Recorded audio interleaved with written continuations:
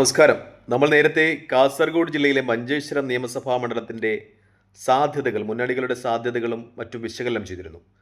അതിനുശേഷം അവിടെ ഒരു രാഷ്ട്രീയ തീരുമാനമുണ്ടായിരിക്കുന്നു. എസ്.ടി.പിയുടെ ഭാഗത്തു നിന്നാണ് അങ്ങനെ ഒരു തീരുമാനമുണ്ടായിരിക്കുന്നത്. അവർ അവിടെ സ്ഥാനാർത്ഥിയെ നിർത്തും എന്ന് പ്രഖ്യാപിച്ചിട്ടുണ്ട്. നമ്മുടെ വീഡിയോയ്ക്ക് ശേഷം നമുക്കറിയാം ആ തീരുമാനം ആരെയാണ് രക്ഷപ്പെടുത്തുക, ഏതു രാഷ്ട്രീയ പ്രസ്ഥാനത്തെയാണ് അതിൻ്റെ ഒരു നേട്ടമുണ്ടാക്കുക എന്ന് വ്യക്തമാണ്. 2021-ലും 2016-ലും വളരെ കടുത്ത മത്സരം നടന്ന ഒരു മണ്ഡലമാണ് മഞ്ചേശ്വരം എന്ന് പറയുന്നത്. സുരേന്ദ്രൻ എപ്പോഴൊക്കെ മത്സരിക്കുവാൻ വരുന്നുണ്ടോ അപ്പോഴൊക്കെ കടുത്ത മത്സരം അവിടെ UDF നേരിടേണ്ടി വന്നിട്ടുണ്ട്. 2021-ൽ സുരേന്ദ്രൻ AK അഷ്റഫിനോട് പരാജയപ്പെടുന്നത് വെറും 855 വോട്ടുകൾക്ക് മാത്രമാണ്. അതിനു മുമ്പ് 2016-ൽ സുരേന്ദ്രൻ അബ്ദുൾ റസാഖിനോട് പരാജയപ്പെടുന്നത് 85 വോട്ടുകൾക്ക് മാത്രമാണ്. അന്ന് ഈ വോട്ടിരട്ടിപ്പുമായി ബന്ധപ്പെട്ട് വലിയ വിവാദങ്ങളൊക്കെ ഉണ്ടായ സമയമാണ്. അപ്പോഴാണ് STPയുടെ ഒരു സ്ഥാനാർത്ഥി പ്രഖ്യാപനം ഉണ്ടാകുന്നത്. ആ പ്രഖ്യാപനം കൊണ്ട് ഉപയോഗമുണ്ടാകുന്നത് BJPക്കാണ് എന്ന കാര്യത്തിൽ ഒട്ടും സംശയമില്ല. പ്രത്യേകിച്ചും STPI അതുപോലെ BJP അന്തർധാര ഉണ്ടോ എന്നൊക്കെ സംശയിക്കേണ്ട നിമിഷങ്ങൾ കൂടിയാണിത്. കാരണം അത്രത്തോളം ചെറിയ മാർജിനിൽ വിജയിക്കുന്ന അവിടേക്ക് STPയുടെ ഒരു സ്ഥാനാർത്ഥി കൂടി വരുമ്പോൾ ഒരു 100-200 വോട്ട് പോലും മറിഞ്ഞാൽ അത് ഇലക്ഷൻ റിസൾട്ടിനെ സ്വാധീനിക്കുമെന്ന കാര്യത്തിൽ സംശയമില്ല. പ്രത്യേകിച്ചും STPയുടെ നേതാക്കന്മാരൊക്കെ കേന്ദ്ര ഏജൻസികളുടെ നിരീക്ഷണത്തിലാണ്. മാത്രമല്ല STPയും RSSും തമ്മിൽ മത്സരിച്ച് രണ്ടു കൂട്ടരുടെയും പ്രവർത്തകരെയൊക്കെ അങ്ങോട്ടും ഇങ്ങോട്ടും കൊല ചെയ്യുന്ന ചില സമ്പ്രദായങ്ങൾ കുറച്ചു നാളുകൾക്ക് മുമ്പുണ്ടായി. അപ്പോൾ അതുമായി ബന്ധപ്പെട്ട ചില അഡ്ജസ്റ്റ്മെൻറ്റുകൾ രൂപാന്തരപ്പെടുന്നു എന്ന സംശയം UDFൻ്റെ ഭാഗത്തു നിന്ന് ഉണ്ടാകുന്നുണ്ട് എന്നത് ആ മണ്ഡലത്തിലെ മറ്റൊരു സവിശേഷതയാണ്. പ്രത്യേകിച്ചും സുരേന്ദ്രനെ മത്സരിപ്പിച്ച് അവിടെ നിന്ന് വിജയിപ്പിക്കുവാനുള്ള ശ്രമങ്ങൾ ഉണ്ടാകുന്നുണ്ടോ എന്നതും സംശയിക്കേണ്ടിയിരിക്കുന്നു. പ്രത്യേകിച്ചും സുരേന്ദ്രൻ തന്നെയായിരിക്കും ഒരുപക്ഷെ അവിടെ സ്ഥാനാർത്ഥി എന്ന രീതിയിലുള്ള ചർച്ചകൾ വരികയാണ്. നേരത്തെ ഈ ചില രാഷ്ട്രീയ പ്രസ്ഥാനങ്ങളുടെയൊക്കെ PDP ആയാലും STP ആയാലും ഒക്കെ അവർ ലീഗിൻ്റെ ഒരു സ്പേസാണ് നോക്കുന്നത്. ആ സ്പേസിലേക്ക് കടന്നു കയറി ലീഗിൻ്റെ സ്വാധീനം കുറച്ച് ആ സ്പേസിൽ ഒന്ന് മത്സരിച്ച് വിജയിച്ച് MPമാരെയും MLAമാരെയും ഒക്കെ ഉണ്ടാക്കുവാനാണ് ശ്രമം എന്ന കാര്യത്തിൽ സംശയമില്ല. കഴിഞ്ഞ ഇലക്ഷനിലും മഞ്ചേശ്വരം സംബന്ധിച്ച് മുസ്ലിം സമുദായത്തിൽ ഒരു പ്രബല ഗ്രൂപ്പ് BJPയെ സപ്പോർട്ട് ചെയ്തിരുന്നു എന്ന ഒരു ചർച്ച ആ മണ്ഡലത്തിൽ നിന്നും ഉയരുന്നുണ്ട്. ആ ഗ്രൂപ്പിൻ്റെ പേര് നിങ്ങൾക്ക് കമൻറ്റായി രേഖപ്പെടുത്താം. ഞാൻ അത് പറയുന്നില്ല, കാരണം 12 പ്രാവശ്യം പറഞ്ഞപ്പോൾ നല്ല തെറി കേട്ടിട്ടുള്ളതാണ്. ഉത്തരേന്ത്യയിൽ ഈ OIC ചെയ്തതുപോലെയുള്ള ചില അഡ്ജസ്റ്റ്മെൻറ്റ് കളികൾ BJPക്ക് വേണ്ടി കേരളത്തിലും ചില പ്രസ്ഥാനങ്ങൾ ചെയ്യുവാൻ തുനിഞ്ഞിറങ്ങുന്നു എന്നു തന്നെയാണ് അതുമായി ബന്ധപ്പെട്ട് എനിക്ക് പറയാനുള്ളത്. ഇനി നമ്മൾ മറ്റൊരു മണ്ഡലത്തിലേക്ക് വന്നാൽ, അതായത് കാസർഗോഡ് ജില്ലയിലെ മറ്റൊരു മണ്ഡലമായ ഉദുമയിലോട്ട് വന്നാൽ, അവിടെ UDFനെ സംബന്ധിച്ച് ഈ ഇലക്ഷൻ അവർ പ്രതീക്ഷയോട് കൂടിയാണ് നോക്കുന്നത്. പ്രത്യേകിച്ചും ഉദുമയുടെ ഒരു രാഷ്ട്രീയ ചരിത്രം എടുത്ത് നോക്കിയാൽ 1989-ൽ കുഞ്ഞിക്കണ്ണൻ 7845 വോട്ടുകൾക്ക് പുരുഷോത്തമനെ പരാജയപ്പെടുത്തിയത് ഒഴിച്ചാൽ പിന്നീട് ആ മണ്ഡലത്തിൽ നിന്ന് കോൺഗ്രസ് വിജയിച്ചിട്ടില്ല. പിന്നീട് ശ്രദ്ധേയമായ ഒരു പോരാട്ടം കോൺഗ്രസ് അവിടെ കാഴ്ചവെക്കുന്നത് 2016-ൽ K സുധാകരൻ വരുമ്പോഴാണ്. K കുഞ്ഞിരാമനോട് അദ്ദേഹം വെറും 3882 വോട്ടുകൾക്ക് മാത്രമാണ് പരാജയപ്പെടുന്നത്. ഒരുപക്ഷെ K കുഞ്ഞിരാമൻ അല്ലായിരുന്നു അവിടെ സ്ഥാനാർത്ഥിയെങ്കിൽ, മാത്രമല്ല 2016-ൽ ഒരു UDF വിരുദ്ധ തരംഗമായിരുന്നു കേരളത്തിൽ വീശിയടിച്ചത്. അല്ലായിരുന്നെങ്കിൽ ഒരുപക്ഷെ അവിടെ K സുധാകരൻ വിജയിച്ചു വരുവാനുള്ള സാധ്യത ഉണ്ടായിരുന്നു എന്നത് വാസ്തവമാണ്. എന്തായാലും K സുധാകരനെ പോലെ പ്രമുഖനായ കോൺഗ്രസ് നേതാവ് പോലും ഉദുമയിൽ നിന്ന് പരാജയപ്പെട്ടു എന്നത് വലിയ വസ്തുതയെ ചർച്ച ചെയ്യേണ്ട കാര്യമാണ്.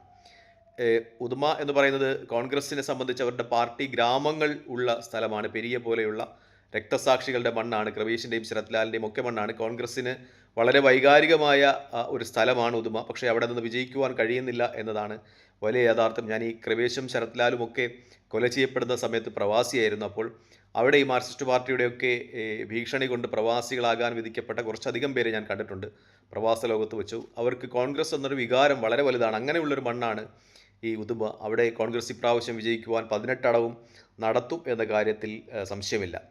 കഴിഞ്ഞ ഇലക്ഷനിൽ ഉദുമയിൽ CPM വിജയിച്ചത് പെരിയ ബാലകൃഷ്ണൻ SCH കുഞ്ഞമ്പു പരാജയപ്പെടുത്തിയത് 13,222 വോട്ടുകൾക്കാണ്. പക്ഷേ ഇപ്രാവശ്യം ബാലകൃഷ്ണൻ പെരിയെ അവിടെ പരീക്ഷിക്കുവാൻ സാധ്യതയില്ല. കാരണം രക്തസാക്ഷികളുടെ, പ്രത്യേകിച്ച് ഖുറേഷിൻ്റെയും ശരത് ലാലിൻ്റെയും കൊലപാതക കേസിൽ പ്രതിയായ ഒരാളുടെ മകളുടെയോ മകൻ്റെയോ വിവാഹത്തിൽ അദ്ദേഹം പങ്കെടുത്തതുമായി ബന്ധപ്പെട്ട വലിയ വിവാദമുണ്ടായിരുന്നു. അന്ന് രാജ്മോഹൻ ഉണ്ണിത്താനുമായി ബന്ധപ്പെട്ട വലിയ വിവാദങ്ങളുണ്ടായിരുന്നു. രാജ്മോഹൻ ഉണ്ണിത്താനൊക്കെ അതിൽ ഇടപെട്ട് ബാലകൃഷ്ണൻ പെരിയൊക്കെ വിമർശിക്കുകയും പിന്നീട് അദ്ദേഹത്തെ പാർട്ടിയിൽ നിന്ന് പുറത്താക്കുകയും ഒക്കെ ചെയ്ത വലിയ സംഭവവികാസങ്ങൾ ഉണ്ടായിരുന്നത് കൊണ്ട് തന്നെ അദ്ദേഹത്തെ അവിടെ സ്ഥാനാർത്ഥിയാക്കുവാൻ സാധ്യതയില്ല എന്ന നിഗമനമാണ് നടക്കുന്നത്.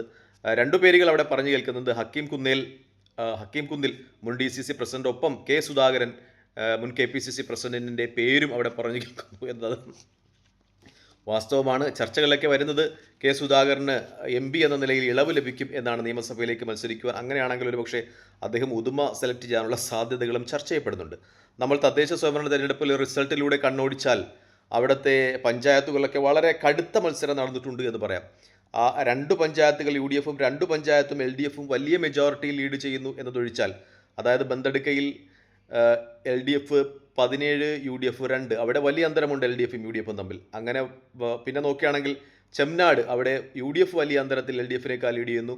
18 UDFും 4 മാത്രം LDFും, BJP ഒരു സീറ്റും. ബാക്കിയുള്ള പഞ്ചായത്തുകളൊക്കെ എടുത്തു നോക്കിയാൽ വളരെ നെക്ക് ടു നെക്ക്, ഇഞ്ചോടിഞ്ച് പോരാട്ടമാണ് നടന്നിട്ടുള്ളത് എന്നത് വസ്തുതയാണ്. ടെലമ്പടി എന്ന് പറയുന്ന പഞ്ചായത്ത് എടുത്ത് നോക്കിയാൽ 4 UDF, 5 LDF, 5 BJP, 3 മുന്നണികളും തുല്യം എന്ന ഒരു രീതിയിലാണ് മത്സരം നടന്നിരിക്കുന്നത്.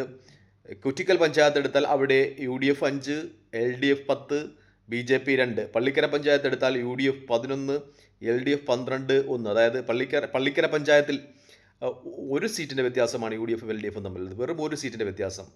പെരിയയിലെടുത്താൽ അവിടെയും വളരെ നെക്ക് ടു നെക്കാണ്. UDF 9, LDF 9, BJP 1. ഉദുമയിലെടുത്താലും അവിടെയും വലിയ പോരാട്ടം 2 മുന്നണികളും തമ്മിൽ നടന്നിട്ടുണ്ട്. UDF 12, LDF 11.